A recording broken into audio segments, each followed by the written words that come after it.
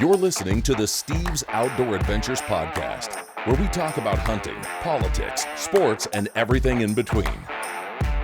Now, here's your host, Steve West. Hey everybody, welcome to another Steve's Outdoor Adventures podcast. I'm joined here at Clark, at our Lake Clark table by Travis Price from our office. And Travis and I have a special guest on the program this week. We're going to introduce them here in a second, but here we are. It's late March. A lot of license deadlines have already come and gone. Some of them are coming soon. Yep. We're in the middle of some right now. Yeah. So we've got a lot to talk about tonight. Our special guest has got a lot of substance to bring to the podcast. A great topic, and one of the things we try to do with the podcast is educate everybody as to what's going on out there, and keep you up to date so that you don't miss deadlines or opportunities to do some things with us or with other people or on your own. And one of the things that I noticed is done, right, Montana, I remember you came in and talked to me about the Montana deadline. We got all of our clients' applications submitted and whatnot. Yep, all that's done. Yeah. Yep. I've been meaning to research that, by the way, to see if that outfitter pool thing passed for this next year. Right. Yep. I know Randy Newberg was against it. Obviously, we're for it because creating a pool for outfitter and guide applications is good. But I'd love to have some dialogue with somebody on that. And all of our Utah deadline came and went too, right? Utah came and went. Yep. Colorado's April 6th coming up.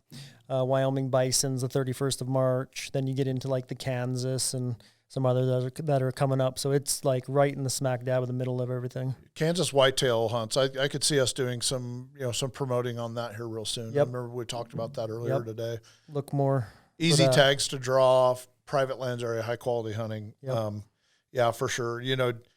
With all these applications, we've got a lot of Colorado applications, even more Wyoming applications to get done. Yep. That's you and Garrett, Becky. Yep. Yeah. It's like an all-out effort in the office. The other thing is just preference points. You add preference points in addition to all the application, and you're talking about hundreds. Hundreds. Quite a bit of work to get through. For years, I did it myself, and so I know exactly what you guys are going through. I'm glad to have divorced myself passed it on to us. Yeah. Thank you, Steve. I chucked that down the line to you guys, and I'm grateful for you guys doing it. So, no, but the reality is it sets up the future, and we're more than happy and willing to do it. Well, you buy clients preference points today and tomorrow so that 2 and 3 and 4 years from now, those doors are open for them so they can go on these quality trips. That's just it. See something else that's happening right next door to the office where building, walls are up, man. Yeah, building something special. Yeah, that the building for the ammo company is almost complete. At least the exterior is. Yep. Of course, it looks like the roof is getting put on right now. Half the roof is on, half of it will go up tomorrow. They think they should have it completely sheeted by tomorrow.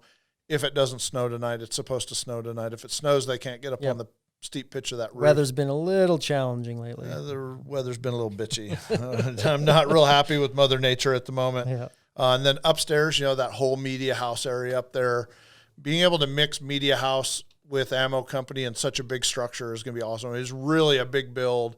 Anybody coming through LeGrand, Oregon this summer should swing in and take a tour. Yeah. And you were mentioning we might get a little bit of workout thing in there, and I'm really looking forward to that because I'll use the shit out of that. Yeah, we'll put a gym in the downstairs and probably right across from the machine that's going to be making suppressors. Great partnership there with GPM. So, a lot of big things coming. This past weekend we had a huge shooting event. For everybody that asked me about the ammo company, we're blessed to have a lot of components. We're rolling out ammo every day. Big Nick and James, they're loading ammo as fast as they can to fill these orders one by one. You put in an order, we load to fill your order. We don't just sit around with hundreds of thousands of rounds on the shelf. We load what you need as the orders come in, and those guys are buried. They're doing a great job. But a big challenge out there, and I'm going to talk about it in a future podcast, one of the next few episodes, is powders. A lot of these powders, your H1000s, Retumbos, all these powders that we relied on for years, they're gone and they're never coming back. Like, I've already had discussions with people at Hodgdon. When I say, hey, when do you think we'll see Retumbo again? They said, never. Literally, the word never came out of his mouth. And why is that for our listeners to kind of understand? Well, and I'll talk about it in that particular podcast, this one of the future podcasts coming up, but you have massive user, use out there in the consumer. But that's not the problem. The problem is that these big military contracts, they've taken precedence. It's a DOD act. They're manufacturing millions and millions and millions of rounds, hundreds of millions of rounds of ammunition for the military, and that takes a lot of powder, and that has taken some of the best powders in the world off the market. Makes sense. And so we've been doing a lot of that stuff. Great shout out to Tucker Johnson and Jordan Murdoch for joining me in shooting this past weekend. And then, probably our biggest project for 2021 is getting the word out there about Farwide. The Farwide app is changing the way we go in the field. It's replacing Onyx and Basemap and HuntWise. It's free. It's got all the mapping tools that you need. New updates coming constantly, and Farwide is a game changer. And once again, it's free. So we want to get the word out there to as many people as possible about Farwide. And our special guest that's going to be joining us in today's podcast is Steve Raymond, the founder of Farwide. And there's a great story behind that and how we got connected. But he's going to be able to tell us a lot about himself and his hunting and fishing history, why he founded Farwide and what Farwide's all about, and why you should download Farwide and use it. And I agree. Or just use the web tools. I mean, just anything. I mean, Farwide it's everything. It's like this incredible universe. One-stop shop. And it kind of feels like a movement to me. It is. And a culture. It's not just a tool that you use when you're trying to find boundaries or whatever. It's so much more than that. It's a Farwide online community. Yeah. And well, I'll tell you what, so we've got to hear from one of our sponsors, take a quick commercial break here. And when we come back, we're going to introduce you to Steve Raymond. The founder of Farwide. This segment of the Steve's Outdoor Adventures podcast is sponsored by Marathon Seat Covers. We've got you covered. All right, we're back here at the Steve's Outdoor Adventures podcast. Once again, I'm joined at the table by Travis Price from our office. And on the line, we have the founder of Farwide, Steve Raymond. Steve, how are you doing? I'm great. How are you guys doing tonight? Fantastic. Yeah. So I heard a rumor you're down in the Keys, maybe doing a little bit of bone fishing. The rumor's true. I am actually down here in the Keys. To say that I'm bone fishing would be a little bit of an exaggeration. I'm mostly chasing kids, but there has been some boat time. I can say that we've been slightly successful, but for the most part, we're down here. It's just kind of a vacation for the family, getting away a little bit in the cold weather up north. Yeah. Yeah. I guess, we were just talking about, Farwide being like a lifestyle, a movement, a community, and to take that to the next level. I mean, it's like, look at what the founder of Farwide just did. He went and got outdoors, right? Yeah.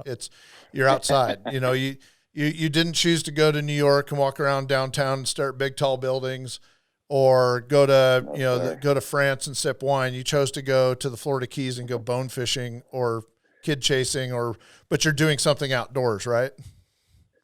It's interesting. It's I think this is kind of a movement for all of America, not just for the Raymond family. We are outdoors people. I was born and raised hunting and fishing, so it comes natural for me. But, even my wife now at this point, when we talk about getting the family away from, the regular life, it's like, hey, let's go to the Keys, let's go fish, let's go to Wyoming, let's go take them, hiking, or, maybe you can go scouting for your next hunting trip or something along those lines. So it's, but I think that in the past year, a lot of America has kind of woken up to, what it means to get outside and enjoy Mother Nature for all she's worth. And whether that's hunting, fishing, hiking, just exploring, whatever you want. I think there is a little bit of a movement there. We sure as heck love doing it. So yeah, we're living the life right now. Yeah, that's awesome, Stephen. This is the first time that I've had a chance to kind of get with you in this kind of an atmosphere. And, for the listeners and for me, maybe just give us a little background on, you mentioned earlier that you kind of grew up hunting and fishing, and kind of give us a background of how that all started. And I'd love to hear about that, and I'm sure the listeners would too. So I'm sure I'm probably a lot like you and also like Steve. Like, I had a father, I had uncles who, growing up in small town West Nebraska, it's what are you going to do on the weekends, right? So I got introduced to the outdoors from the get-go, and hunting and fishing, especially waterfowl hunting, was really key for my father. He was passionate about it, and that's what I grew up doing. But so, it was ingrained in me from the get-go. I would say that, what's important and what I love seeing right now in society is that there's a lot of young people coming back to the outdoors. Again, whether that's hunting or fishing. I think because it was ingrained in me at a young age, it's been able to stand the test of time. And listen, I went from living in small town West Nebraska to, working in corporate America in Silicon Valley, and then in New York City.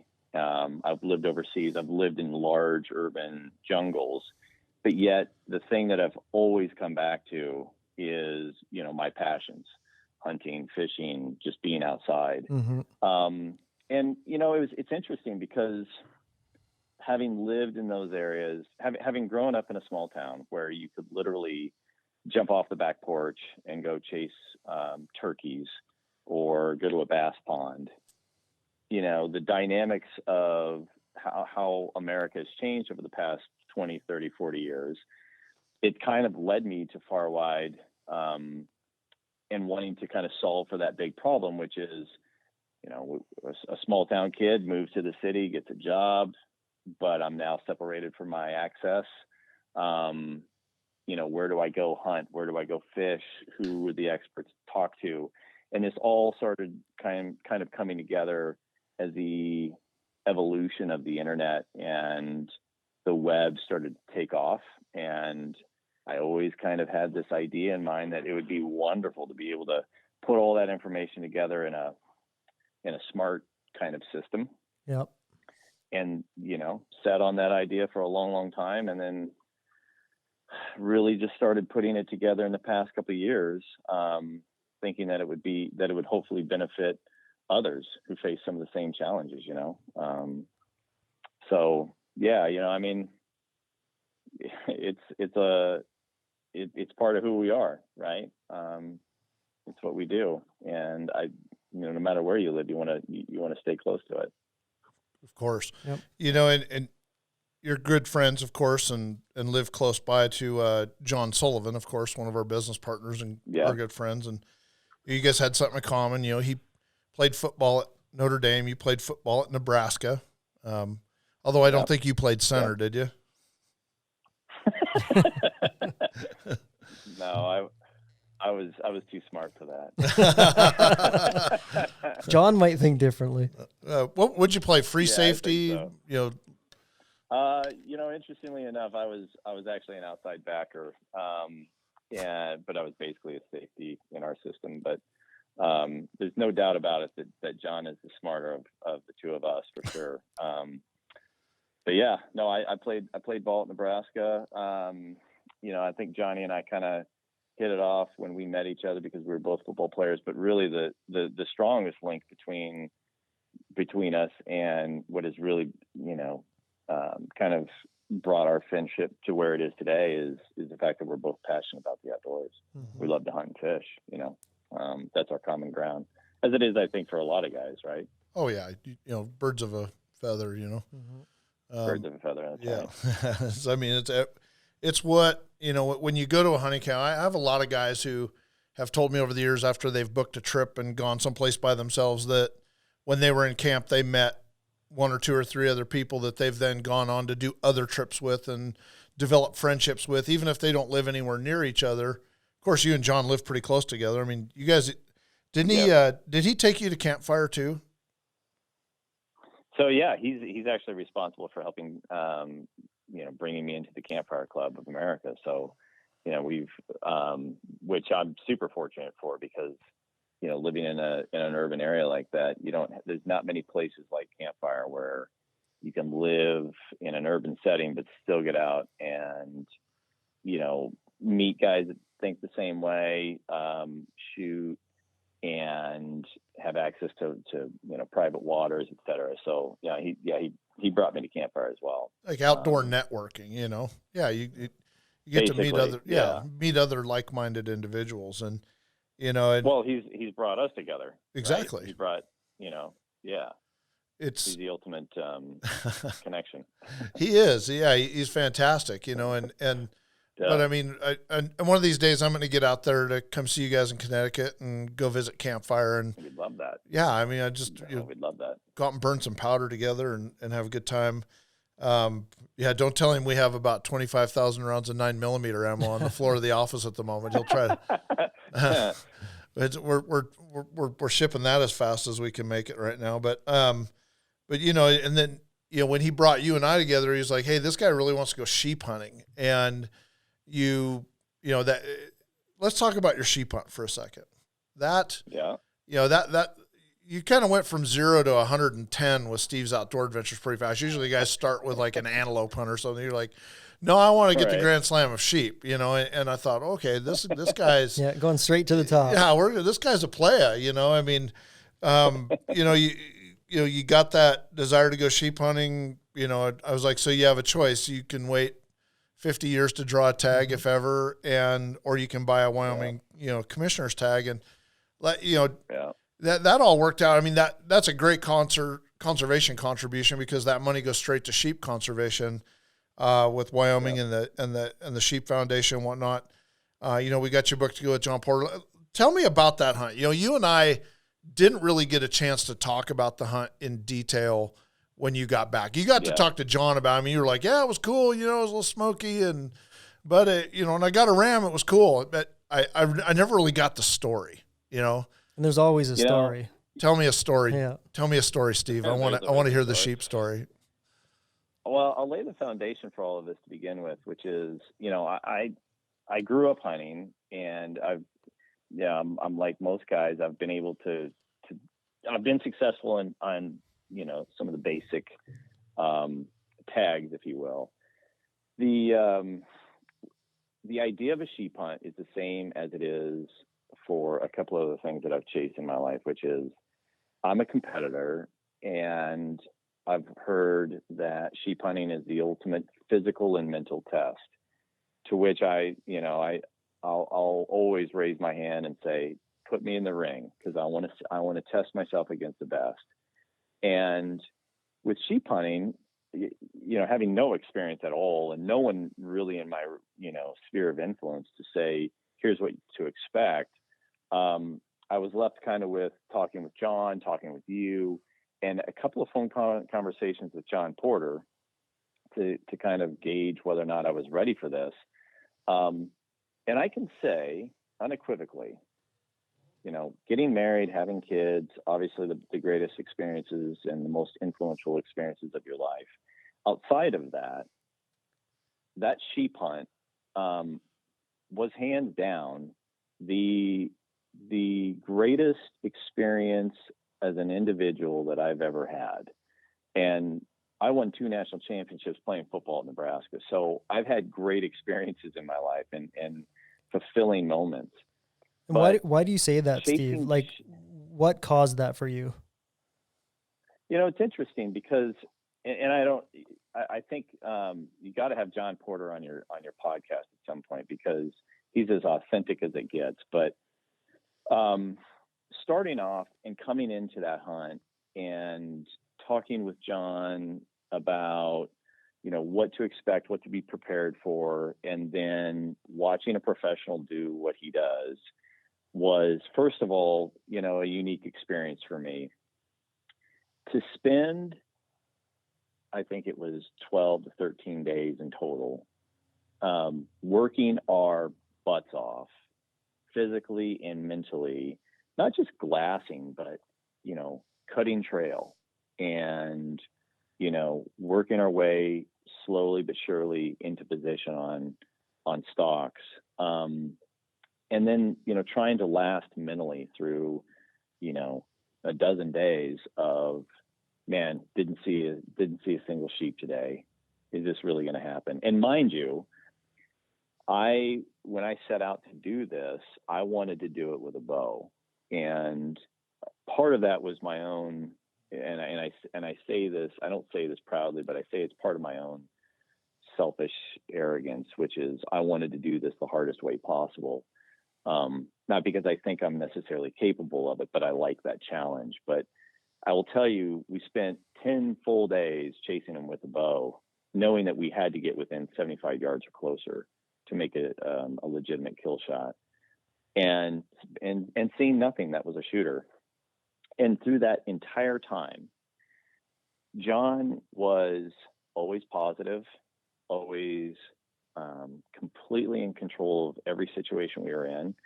There were times we had weather. There were times we were, baking in the sun, and he was steady as a rock. And so for me, the reason it was such a great experience was to be along with someone who's truly a professional, who was always in control. And I never once had a moment of doubt that we were going to close the deal. I knew at some point we were going to find what we were looking for, and we were going to be able to tag out. And that was 100% due to John. He just exudes this, like, I've done this before, baby. I'm going to get it done. And we got our butts kicked for over almost 2 weeks. Yeah. And I think also, like, just waking up in the tent and being immersed deeply in their environment and being exhausted, but just like, kind of gutting it out and getting back on the horse or getting back on the trail and, hiking and just just everything together at that point was a challenge. But I was able, I think just you get to the end of it and you're like, damn it, we did it. It was awesome. It was awesome. I will do it for the rest of my life. Yeah, I was going to say that the sheep hunts that I remember the most from my own career are the ones that kicked my ass, the ones where I really had to work. Absolutely. The sheep hunt and I don't want to use the word ashamed of, but the sheep hunt I was least enthusiastic about was, and I have great memories from the trip, don't get me wrong, because I was with friends and things of that nature. But the sheep hunt I remember the least about is the Oregon bighorn ram, when I drew the tag and we flowed down the river and there were sheep wading across the river. Mm-hmm. I mean, it didn't beat my ass. The sheep hunts that I remember are like the trips to the Yukon and, northern British Columbia stone hunting and, places where, that desert sheep hunt where my feet cooked off, like literally there's people who have nightmares about looking at the bottom of my feet at the end of that trip, days of like self-punishment and challenge, the challenge. Yeah. I remember the challenges a lot, there's, like I said, there's things I remember about getting my final, my Grand Slam ram and everything. But the thing that I go back to the most is which hunts do I remember the most, which hunts come to the forefront of my memory, and the ones that were the most difficult. The toughest mountain goat hunt I remember the most, all of them. The toughest elk hunt, I remember that one the most, and so, a lot of what you were saying was resonating with me and probably does as well with Travis. Yeah, totally. I remember when we did our first podcast and John and I were on, and you asked both of us what our most memorable Steve's Outdoor Adventures hunt was, and we both mentioned the most physical, demanding hunt that we'd been on was our answer to that question. Yeah. Yeah. And my biggest takeaway from what you just said, Steve, is how an amazing guide and a true professional guide, what kind of an impact on your hunt has. That was just screaming to me loud and clear as you started to paint the picture of the sheep hunting. That's what we do. We connect people to great hunts that have great guides, and it just makes all the difference in the world. Yeah. Yeah. Being, you were in the field with a guy that's been on, 200 or 300 sheep hunts in his life. Right. The number's fairly staggering, and it's rare that it's rare that anyone would get to go in the field with someone with that much experience. I got to hunt with a guy by the name of Danny Moore in northern British Columbia, and this guy was as rough around the edges as any human being you want to be with. But you knew you were in the field with an ass kicker, right? I mean, this guy's favorite words to me, and I always hate to use the ultra rough language where most of you guys don't know fuck all. I must have heard that like 700 times. That's a northern British Columbia thing. Yeah. And, I mean, rough around the edge and everything else. But you just knew we were going to kill rams with this guy. And then he tells me after I got my ram that I was number 199. You know, Oh, nice. Yeah, number 199. Really? Yeah. And you know, and what makes that a more staggering number was probably 150 of those were stone sheep. Yeah. And they're not there. I don't know.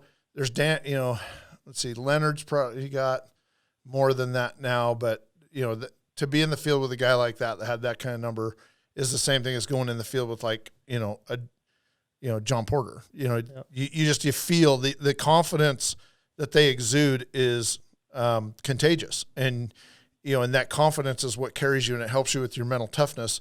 And he knows that. He knows that if he exudes weakness for 1 second, you're going to have self-doubt. Doubt starts creeping in, and that's even more contagious.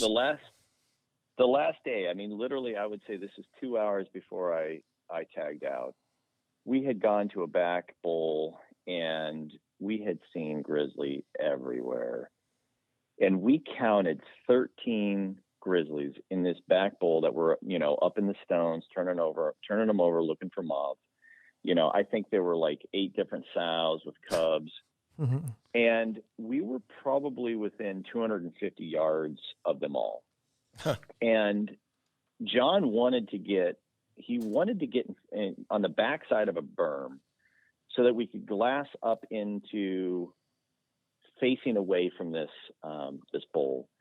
And I can remember sitting there saying, like, I got 13 grizzly, like, in the back behind this berm, like, and we're just laying down. We're going to glass. Yeah, grizzly bears are cupcakes. And he was, yeah, right.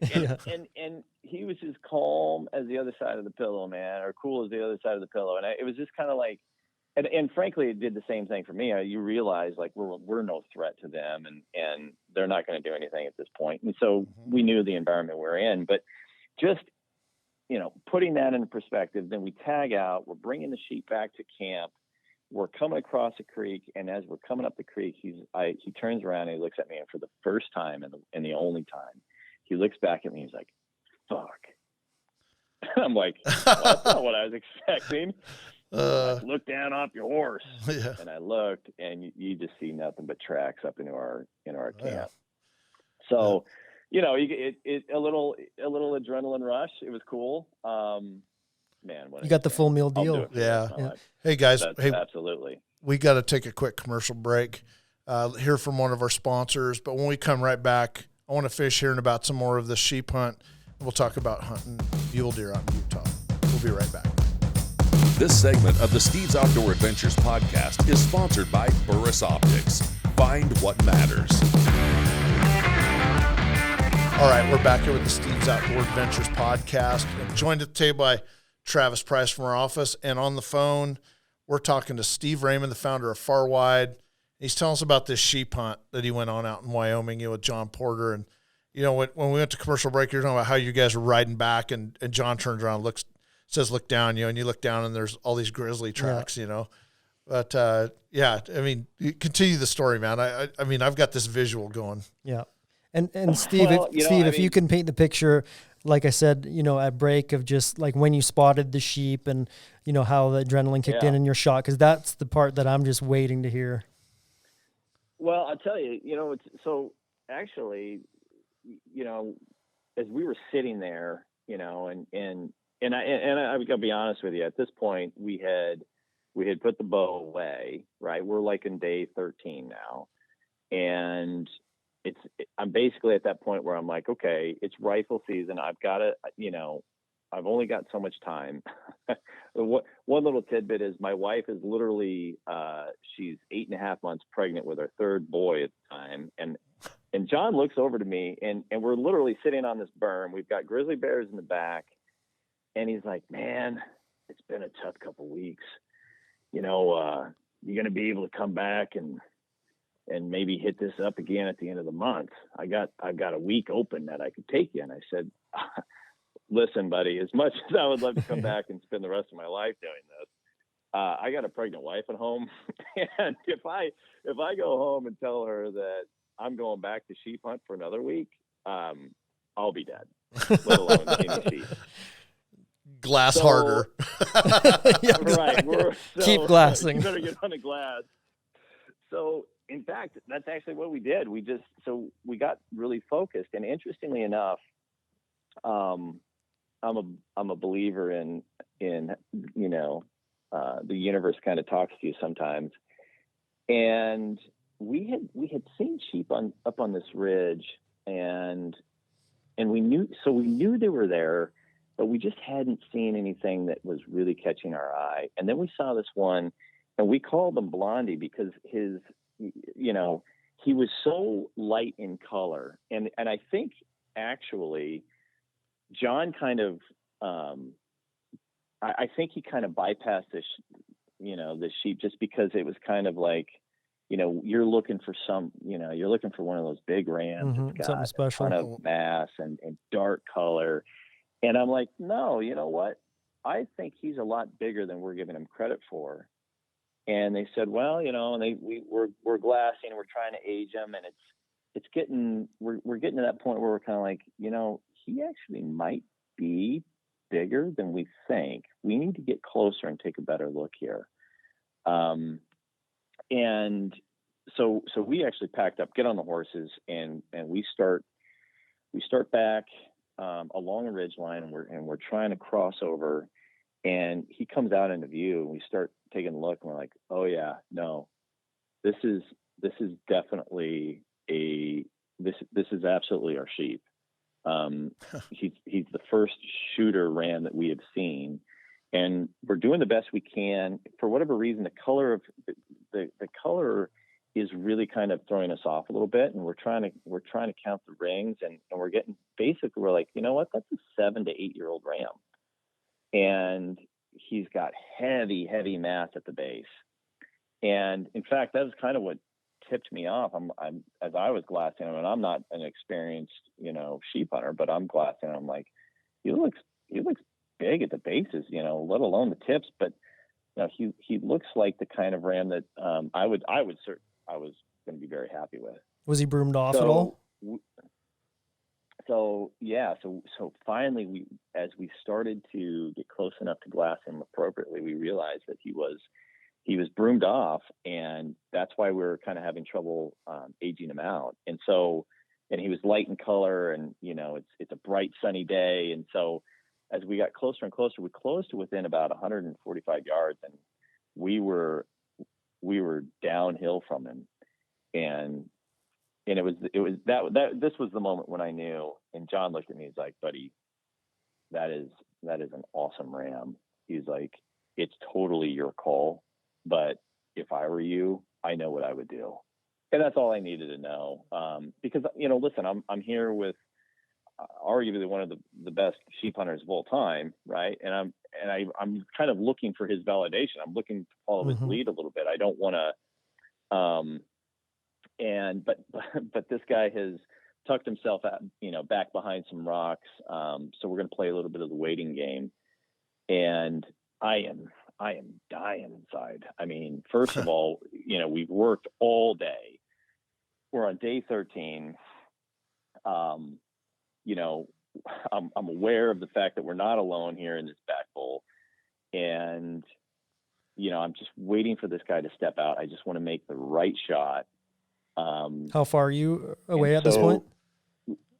So at this point, I had him at 146 yards. Pretty close. And we were pretty close. And was he alone? He was alone. He was. And as a bow hunter, you know, the one thing that goes through my mind, I'm like, cut that in half. My bow with me. I wonder if I can cut the distance, right? Then you heard your wife's voice in the background going, shoot him. Right. Actually, get your ass home. John's voice, and John was like, you better not even, you know, have that thought in your head, buddy.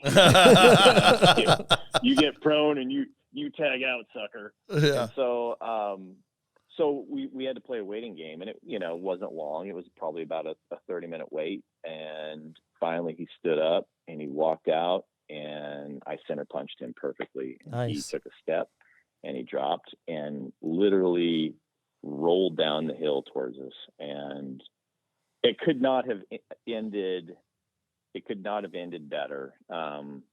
You know, frankly, we had worked so hard that to get to the end of the hunt.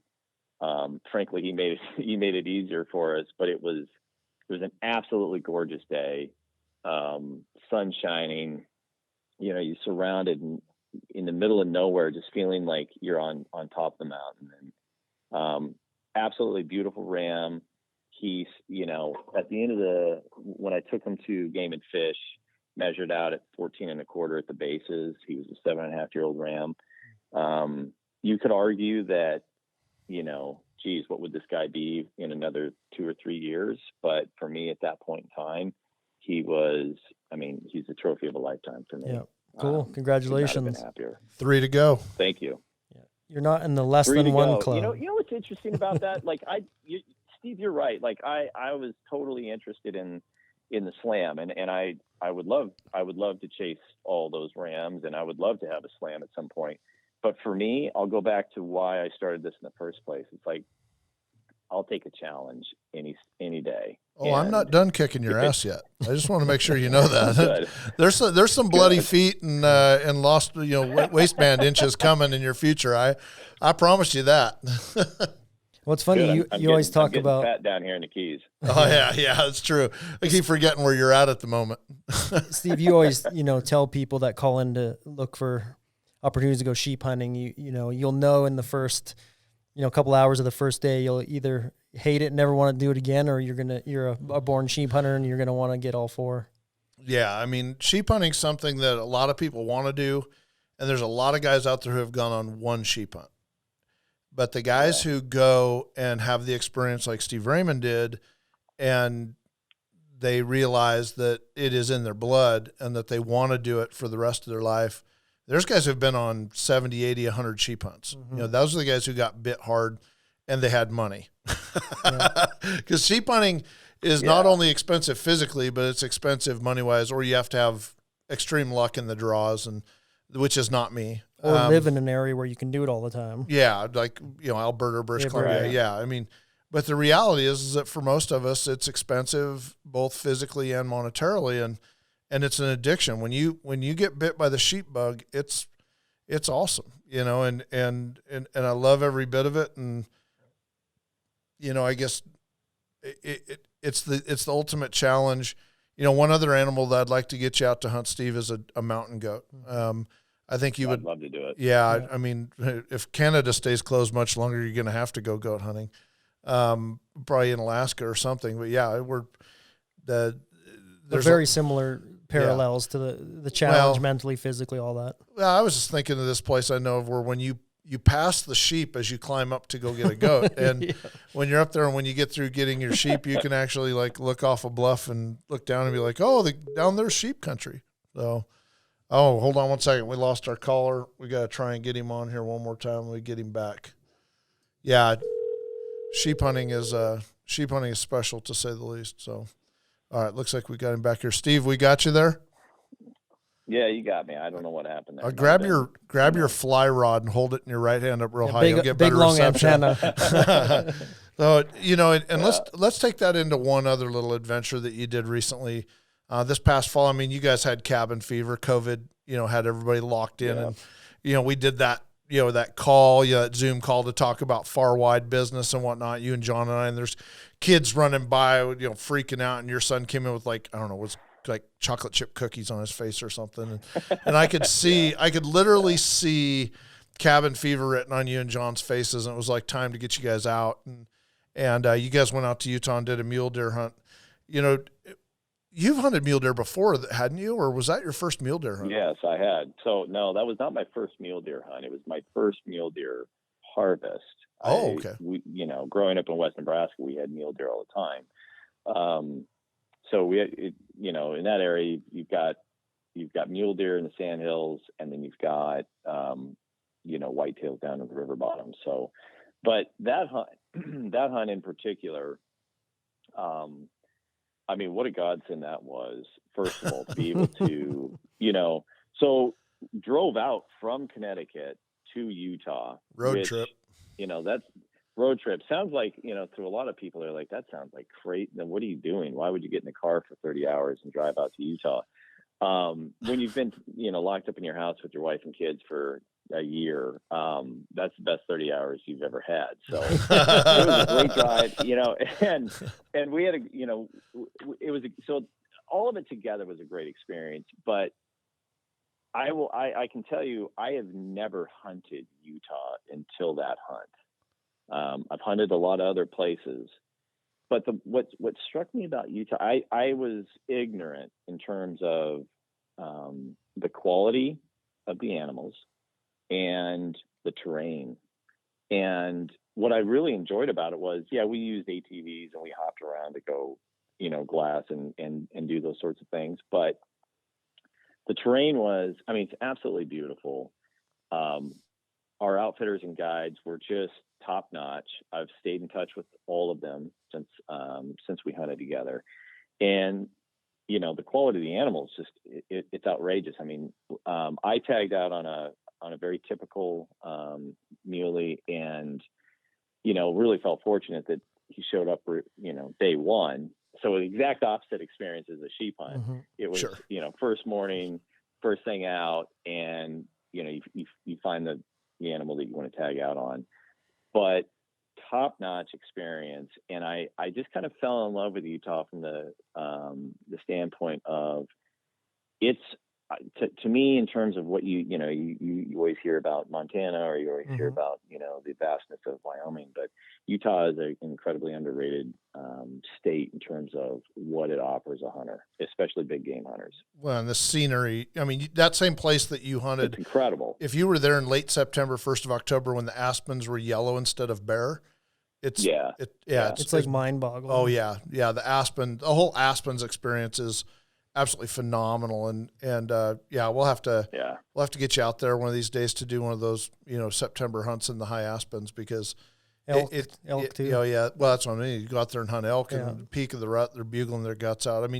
You'll do that this year on a different place in Utah, not quite as scenic and beautiful, but loaded with elk nonetheless. Mm-hmm. Those are the experiences last a lifetime, and and when we come back from this next commercial break, I want to talk about how the Farwide app actually played a role in that hunt. And then I was going to tell you something that John had told me about that trip and what Farwide made him realize, what the app actually made him realize in terms of habitat loss while he was out there in Utah. So, one of the biggest threats to mule deer is loss of habitat and encroachment of humans. And like I said, we'll talk about that when we come back from this next break. We've got to hear from one of our sponsors, but there's good stuff to come. We'll be right back. This segment of the Steve's Outdoor Adventures podcast is sponsored by Pendleton Ammunition. Hand-loaded, one round at a time. Hey everybody, we're back here at the Steve's Outdoor Adventures podcast. Once again, sitting here at the table, sitting at Clark. Yeah, Clark again. Sitting at Lake Clark with my good friend Travis Price from our office, one of our hunting consultants. And on the line, we have Steve Raymond, founder of Farwide, and we're talking about hunting out in Utah. And before we went to that commercial break, I was telling you, John told me something about habitat loss and what the Farwide app showed him, and that was in the area where he took his deer, and I could see it on the video, was the sheer number of small tracts of land and subdivisions and homes and things that were being built and encroaching up on this area where you guys were hunting. Talk to me about that a little bit. What did you see when you were out there?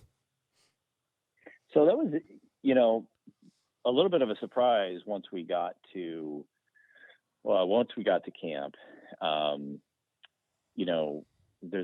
We actually showed up in the middle of the night in the dark, and so we didn't have a great feel in terms of the terrain and what was there per se until we got up the next morning with hunting. And coming out of our base camp and kind of getting on the ATVs and heading up into the hills, the last thing I was expecting was to see, I wouldn't say vast development, but seeing the beginning of development encroaching inside this management unit. And we had come down on a road. We were circling through.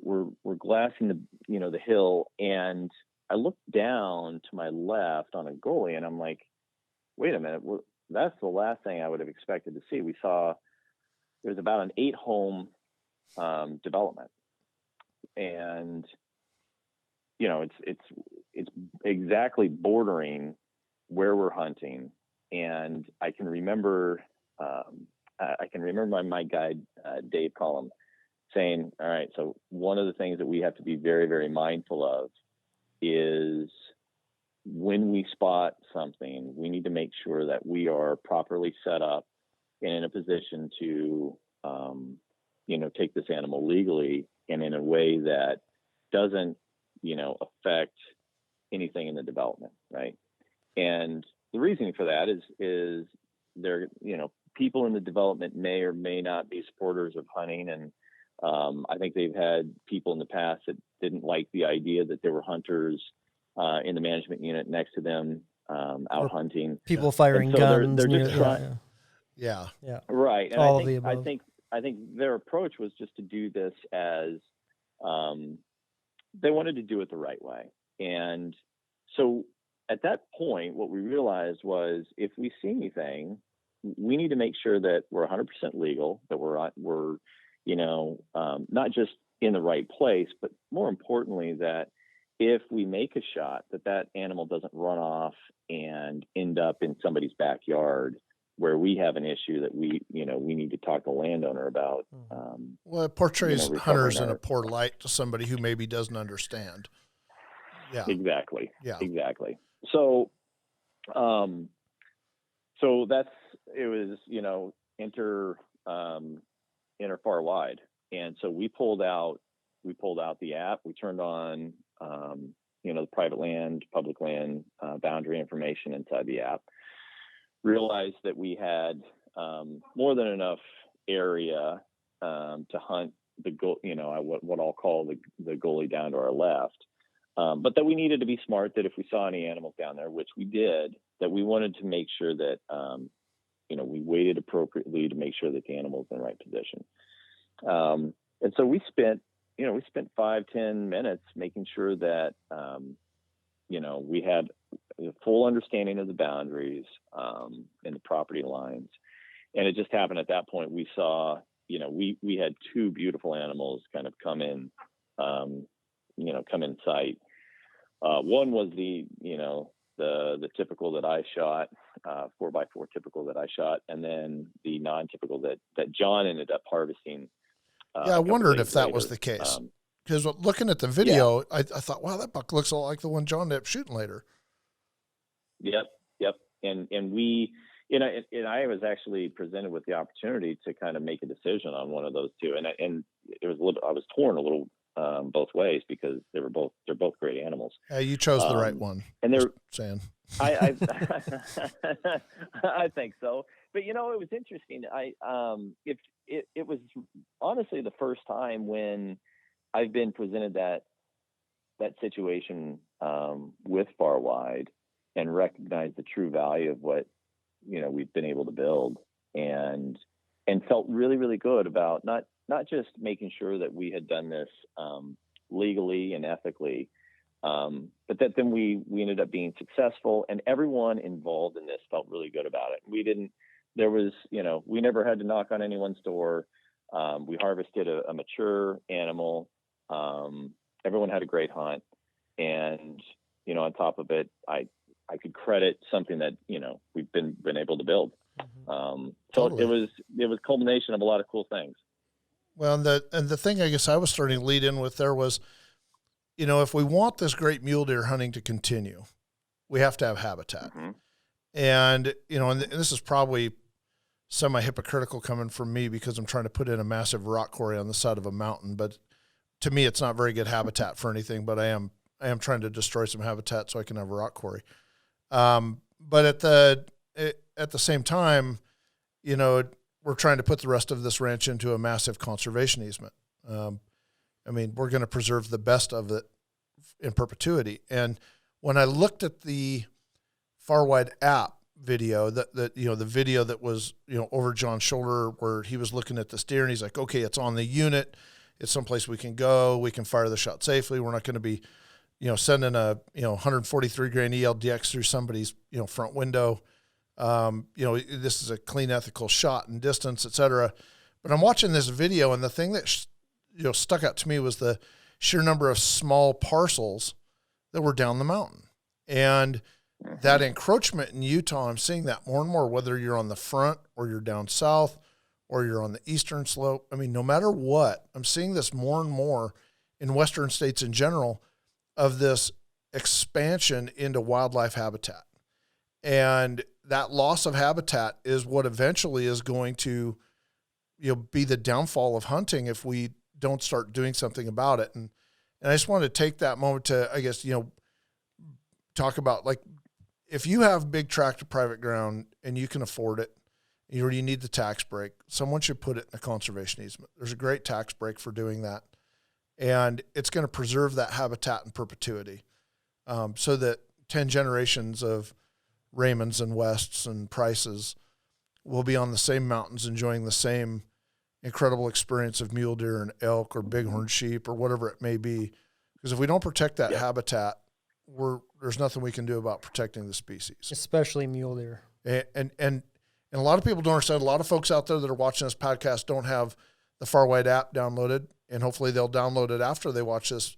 But when you look at the map on Farwide, you can go to the private land feature. It'll show you the boundaries of the land. It'll show you where public land is, where private land is, but you're going to get a chance to see the size of those parcels. And it was really eye-opening for me when I watched that video. And then I went back. I was there again here last month on a mountain lion hunt, and I popped that app open, and I ran around a lot of that country, and I was just shocked at how many small parcels there were. Now, the big parcels are big. You were on thousands and thousands of acres of private land, but at the same time, that was, it's encroaching on that, and it's got to stop at some point in time. And I'm not anti-development. I'm just anti-loss of wildlife habitat. So tell you what, we got to take another commercial break, and when we come back, we'll talk about Farwide. I really want to get in depth with you, Steve, about what makes Farwide special, what has created this Farwide online community. And like I said, when we come back from this brief message from one of our sponsors, folks, you're going to hear some things that are going to make you want to download this app. We'll be right back. This segment of the Steve's Outdoor Adventures podcast is sponsored by Bergara Rifles, where the people truly make the difference. All right, everybody, we're back here with Steve's Outdoor Adventures podcast. Travis Price is across the table from me. And on the phone, we have Steve Raymond, the founder of Farwide. We've been talking about hunting, and as we've talked about hunting and these incredible trips into the field, we've started to talk more and more about Farwide, this incredible app that is more than an app. It's actually more like an online community, a way of life, a lifestyle. And, for anybody out there who has downloaded and paid for Onyx, Base Map, HuntWise, any of these other apps that are out there, take a look at Farwide. It's free. And like I said, we have the founder of Farwide, on the line with us right now. And Steve, what I'd like you to do is take a moment and tell me to you, what does Farwide mean to you, or what is Farwide, and why should someone download the Farwide app? Well, I'll go back to something we had talked about from at the very beginning of this, which was Farwide was born out of I don't want to say problems, but challenges that I had experienced over the past, let's just say 10, 15 years. So small town kid, grew up doing this stuff, kind of come to age with the internet, if you will, proliferation of information, and living in large urban settings like Silicon Valley, New York City. And there was a consistent theme in everyday life for me, which was I was disconnected from what I would call, kind of an accrued body of knowledge or information, right? So, even though I knew exactly how to hunt the Platte River in West Nebraska, I didn't know where in the hell I had to go in Northern California to find access for trout fishing. I didn't know where to start in terms of what can I hunt in New York State. What was the public access like? Where are my boat launches? Where can I take a kayak out in the bay and go chase stripers? And so Farwide is the genesis of basically something where, I have a technology background and I've worked in data and information my entire career. And I was trying to solve a problem that I believed a lot of people had, which was, I want to go outside. I want to hunt, fish, hike, whatever. And I want to just be able to access the information, or bare minimum, connect with people that could help me with that. Right. And Farwide has evolved into my solution for that. I'm a proponent of information is effectively, or should be, free, or at least the access to that information should be free.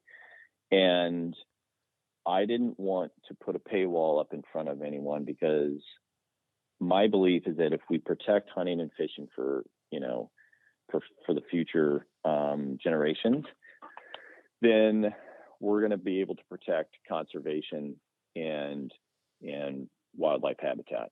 And at the core, we talked a little bit about this with the encroachment of development into wildlife habitat in Utah.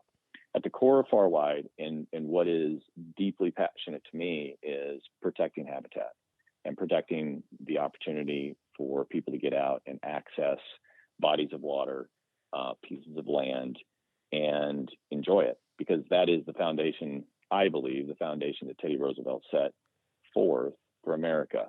So Farwide is meant to bring together a multitude of data sets and bodies of information that allow people to be able to gain the greatest access available to them on a location basis, right? So here I am in the Keys. I have access to a paddleboard. Am I within my rights to go, fish anywhere here in the Biscayne area, the Biscayne National Forest area, or National Park area? And I just wanted to know what's legally available to me, and Farwide should be able to answer that, right? And so we bring together regulations, licensing, boundary information, access points, and then, more importantly, what we try to do is build a community of followers and experts who can, help spread that information or better inform that information, right? So it's one thing to read a game agency's regulations. It's another thing to be able to reference people back on that. And that's part of what we're trying to build with our online community, which is it's great to be able to show a grip and grin, and here's something that I harvested in Utah, and I'm really proud of this mule deer. It's another thing to be able to create a forum where people who have an expertise in a local region can share that with others. And I've got a good friend that lives in Sioux Falls, South Dakota, and he's like, a lot of people, they come out to South Dakota and they stay at, a big lodge, and they have a great time chasing pheasants.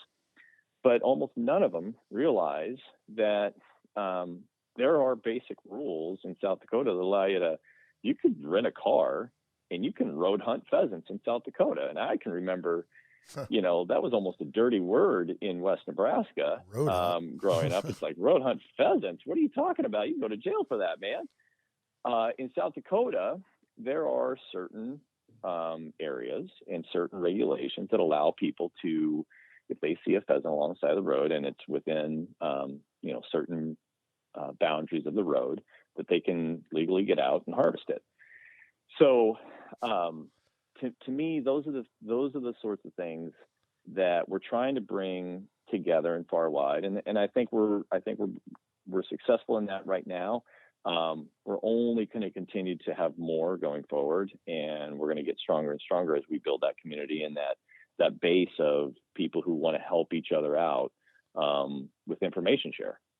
Yeah, I mean, we're looking at thousands and thousands of new users on this app, and it's exciting to me to see how much more active they're getting. We're getting more and more active participants on the social feed, sharing information, sharing photos, participating in that. It's funny you bring up that South Dakota thing. We used the Farwide app to research that area. I went to Montana this last year. What were the harvest rates, bulls versus cows, success percentages, how many of them were 6-point bulls? Montana Fish, Wildlife, and Parks, put a lot of information out there that, the Farwide platform was able to gather and make available on the website. I knew where I wanted to go, talk to the landowners and operators in that area, because we wanted to establish a good outfitter there. And the Farwide platform gave me a lot of information before I ever set foot in the field or even made my application to go. And I could see this. I could see somebody in South Dakota going on a pheasant hunt, and they're like, wow, there's a lot of pheasants along the road. Let me see if this is legal. Wow, it's legal for me to road hunt for pheasants. Oh, I do need to put down my beer and probably not shoot from the vehicle. But, those things, I can't do those things, but I can do these things, and for an app that's right on your smartphone, we have that saying, outdoor intelligence in the palm of your hand. Well, that means your phone, right? When you pick up your smartphone, this app gives you a tremendous amount of information. And, to look at all of these other apps that are just mapping, right? It's like, what's the difference between Onyx or Basemap and Farwide? It's like, well, you get the same mapping features, like the mapping is the same, but the social feed, the e-commerce, it's something that, now with, like the Ochiko's relationship and the, QU relationship and all of these things that are coming online. I mean, you can shop for your favorite gear on the app. You can, you can share waypoints with your friends on the map. You can, just do so, share photos and meet new people and share information on the app. And that, and I'm going to do something at the end of the podcast today that I have not done yet. I was saving it for this podcast, Steve. And I'm going to give something away, but we're going to select a winner from the social feed on Farwide. So, but I'm going to give away, I'm going to give away some pretty cool things. And it's going to, once again, it's only going to be given away, on this Farwide social feed. It's become awesome. A special place, it's a great community where, like I said, you can meet like-minded people, learn a lot of information. It's just, I really like, today I went on and just searched elk hunting in Oregon, and it brings up all the units, and it even says if hunting season is going on then, and all kinds of crazy stuff. To your point, we live in certain different areas throughout our lives, or maybe we have someone that moves and they're looking for some help or whatever. It's crazy what you can learn just at the palm of your hand about an area that you might not know anything about otherwise. Yeah, just the amount of information. The amount of information. And for any of you out there that are watching the podcast, this podcast and all of my podcasts are going to also be available to watch, on the Farwide platform. Right. I mean, hopefully we can get about 50 or 60 podcasts to join us on there and just become another, digital media. You can watch our television shows on the Farwide platform. You can watch Elk Camp TV on there. There's lots of videos on there. It's just a great source of information and entertainment, and an actual tool that you can use every day. So I'll tell you what, let's do this. So go ahead. Go ahead, Steve. Well, I one thing that I'm going to add, and, so Farwide is what it is today. We know where it's going in the future, and I'll just kind of tease this out. I will tell you that we are currently working on something that is potentially going to help change hunting and fishing for the future. We hope to have it launched in the fall, and I think it's going to provide an opportunity when we talk about access and we talk about opportunity for everyone, regardless of where they are in the United States.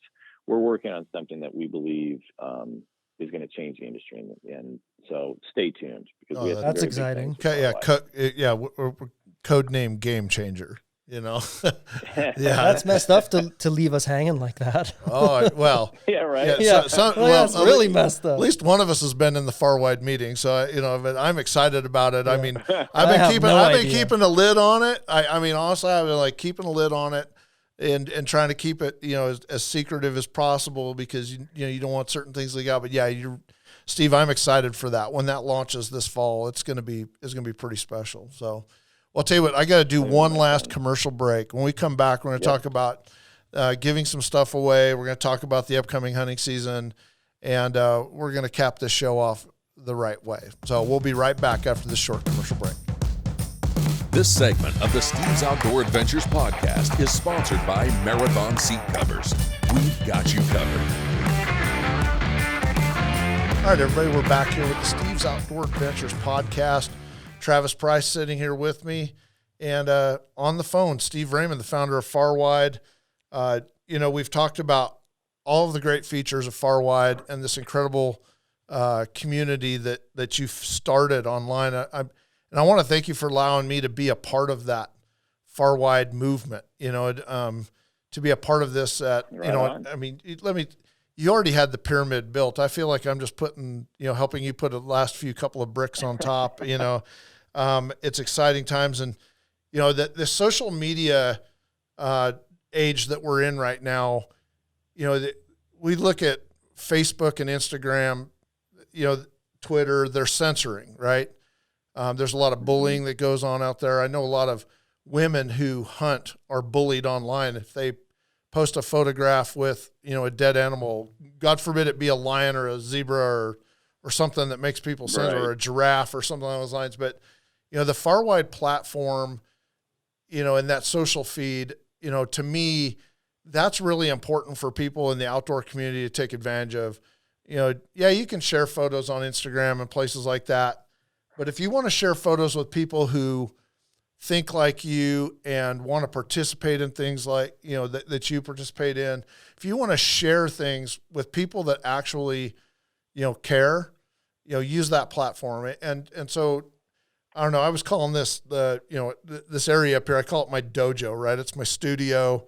We've got the podcast studio. We've got a television studio up here. But I always joked and called it my dojo, like welcome to the dojo. Well, in order to build all of this up here, I had to clean the dojo, right? The dojo was a damn rat's nest. And over 20 years in the outdoor industry and filming television, the one thing that's common is that all of these manufacturers out there like to send us stuff, right? Like they're always sending us gear. Product. Oh, man. We've had so many sponsors over the years that, they'll send us way more than we could use. And so I have boxes and boxes of stuff up here. And what I'm going to do is now, starting all of these podcasts moving forward, at the end of the podcast, I'm going to select one of these items and give it away, right? And what I'm going to do is I'm going to post the image of that on the Farwide social feed under Steve West, my own personal name, and I'm going to give it away. And in order to win this item, all you have to do is, obviously, you have to have the Farwide app. Go to that post, find, my feed, follow the feed, and then comment on that feed. And then what I want you to do is I want you to take a screenshot of it and save it to your phone and then post it to your Facebook and Instagram account. Share this with your friends on these other restrictive, censoring social media pages, and share it and say, hey, check this out. I entered to win this. I'm participating in this Farwide community. I'm a part of this, something special that's taking place right now in the outdoor community, and it's called Farwide. And share that with the hashtag Farwide Outdoors. Now, I'm going to go and we're going to take all of the people who comment on the posts, week after week, item after item, and we're going to, draw a winner. But we're going to make sure that they shared that post with the hashtag Farwide Outdoors on their pages. And if that was the case, then they're going to be certified and they're going to win. Now, this week, I'm going to have a whole bunch of winners because I have 50 Volume 1 and 50 Volume 2 Steve's Outdoor Adventures DVDs. Oh, man, nice. These are old school, man. These are like collector's items. Oh, man, big time. And anybody that wins, if they want it, will autograph the cover for them. But these are like old school. These were filmed before high definition came out. Because who has a DVD player? Dude, there's some stuff on here that I haven't looked at for years. Back in the guiding days, there's some video on here that's classic, but there's also some badass stuff on there. And so these are some videos that are like a memory lane trip for me. Obviously, I've been blessed to do something amazing my entire adult life, and that is hunt and go into the woods. And yeah, I've had those boat anchor camera guys following me around for, a few decades now, but it's been an incredible way to make a living, and I have some incredible memories. And these DVDs a trip down memory lane, but they're also a way for me to share that lifetime of experiences with others. So we've got 50 DVDs to give away, and I'm going to send those out to 50 winners on the Farwide platform. So look for that post. It's going to go up simultaneous to when this video and this podcast go live. And I'm excited to do a giveaway week after week. I've got Garmin GPS, Rose Rhino radio GPSs over there. I've got power belt, muzzleloader, bullets, gunpowder. I mean, yeah, I'm actually going to send some people one of my favorite, at some point I'm going to post this, Jim Shockey's, gold, his muzzleloader powder, that Pioneer powder. That those guys sent me a whole bunch of that. I don't know. I guess I didn't use it because I ended up being sponsored by IMR and the White Hots. But I've got all of these, just mountains of stuff over there, and I'm going to start giving this stuff away. We're going to clean out the dojo, man. It's my yard sale, so to speak. But it's a yard sale. This. Yeah, I'm giving it away free, right? I mean, and so we're going to. Love it. Yeah, I mean. But not only do they get a chance, everybody who does this to win, they're going to have, in the palm of their hand, the most important thing of what we talked about today is the Farwide app. So. Oh, for sure. Yeah, download the app. Steve, in closing, man, what else can you contribute to this incredible podcast today? Just what would you like the viewers and listeners to know? Well, first of all, I don't know if I've formally thanked you for being the kind of partner you've already been for us. We feel blessed that you and everyone at SOA, John Sullivan, we wouldn't be where we are right now if you guys hadn't come on board and partnered with us. So thank you for that. I'm going to tell you a little story. I first moved to San Francisco out of college, and I can remember watching your show on TV, and the very first show that I saw of Steve West Outdoors was your Oregon sheep hunt. And I had this, I don't know if I think of it as a premonition or a thought, but I'm like, there was something about watching you on TV, and I'm like, I have this feeling that our paths are going to cross someday. And I tell my wife this all the time. I'm like, man, sure as hell. I don't know how, but literally, like, I feel like, 15 years ago when all of that happened, I don't know if it's 15 years ago, but it was a long damn time ago. Right. But I think the general gist is this: we are very excited about Farwide. I love having you guys as a partner because I think we think the same way. And I think also the conservation is important to you guys as it is to us. And that's what we're pushing with Farwide. We want people out. Look, if you're a fisherman and you don't hunt, that's cool. If you're a hunter and you don't fish, or it doesn't matter. We want people outside, enjoying and participating however they see fit. Most importantly, we want people to know and recognize that we believe conservation is what is going to continue to protect and help our natural, our wildlife and natural habitats flourish. And we're here to help be a steward of that going forward. So we just feel blessed to be a part of it and try to help as much as we can. Yeah, I think it's a dream partnership, honestly, Steve, and I'm looking forward to many years of working with you and growing this incredible Farwide platform. The online community.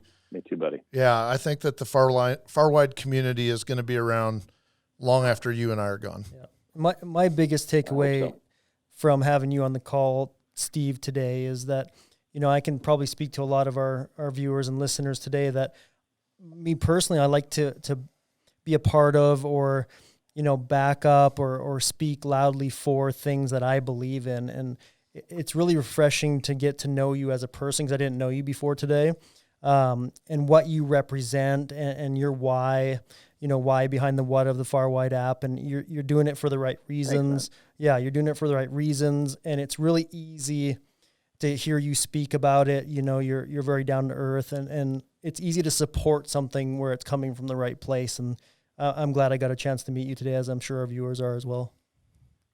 Thanks, Travis. I appreciate that. Yep. Literally, this is this is for outdoorsmen. There's no doubt. This was built for the all of us.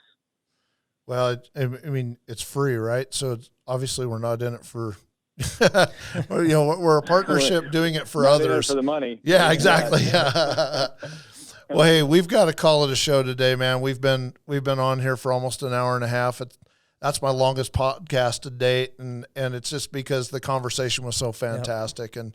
And Steve, I look forward to our continued conversations about Farwide and the exciting things we have coming up. And for any of you out there that don't have the app, get it downloaded, check it out. It's free. There's no risk.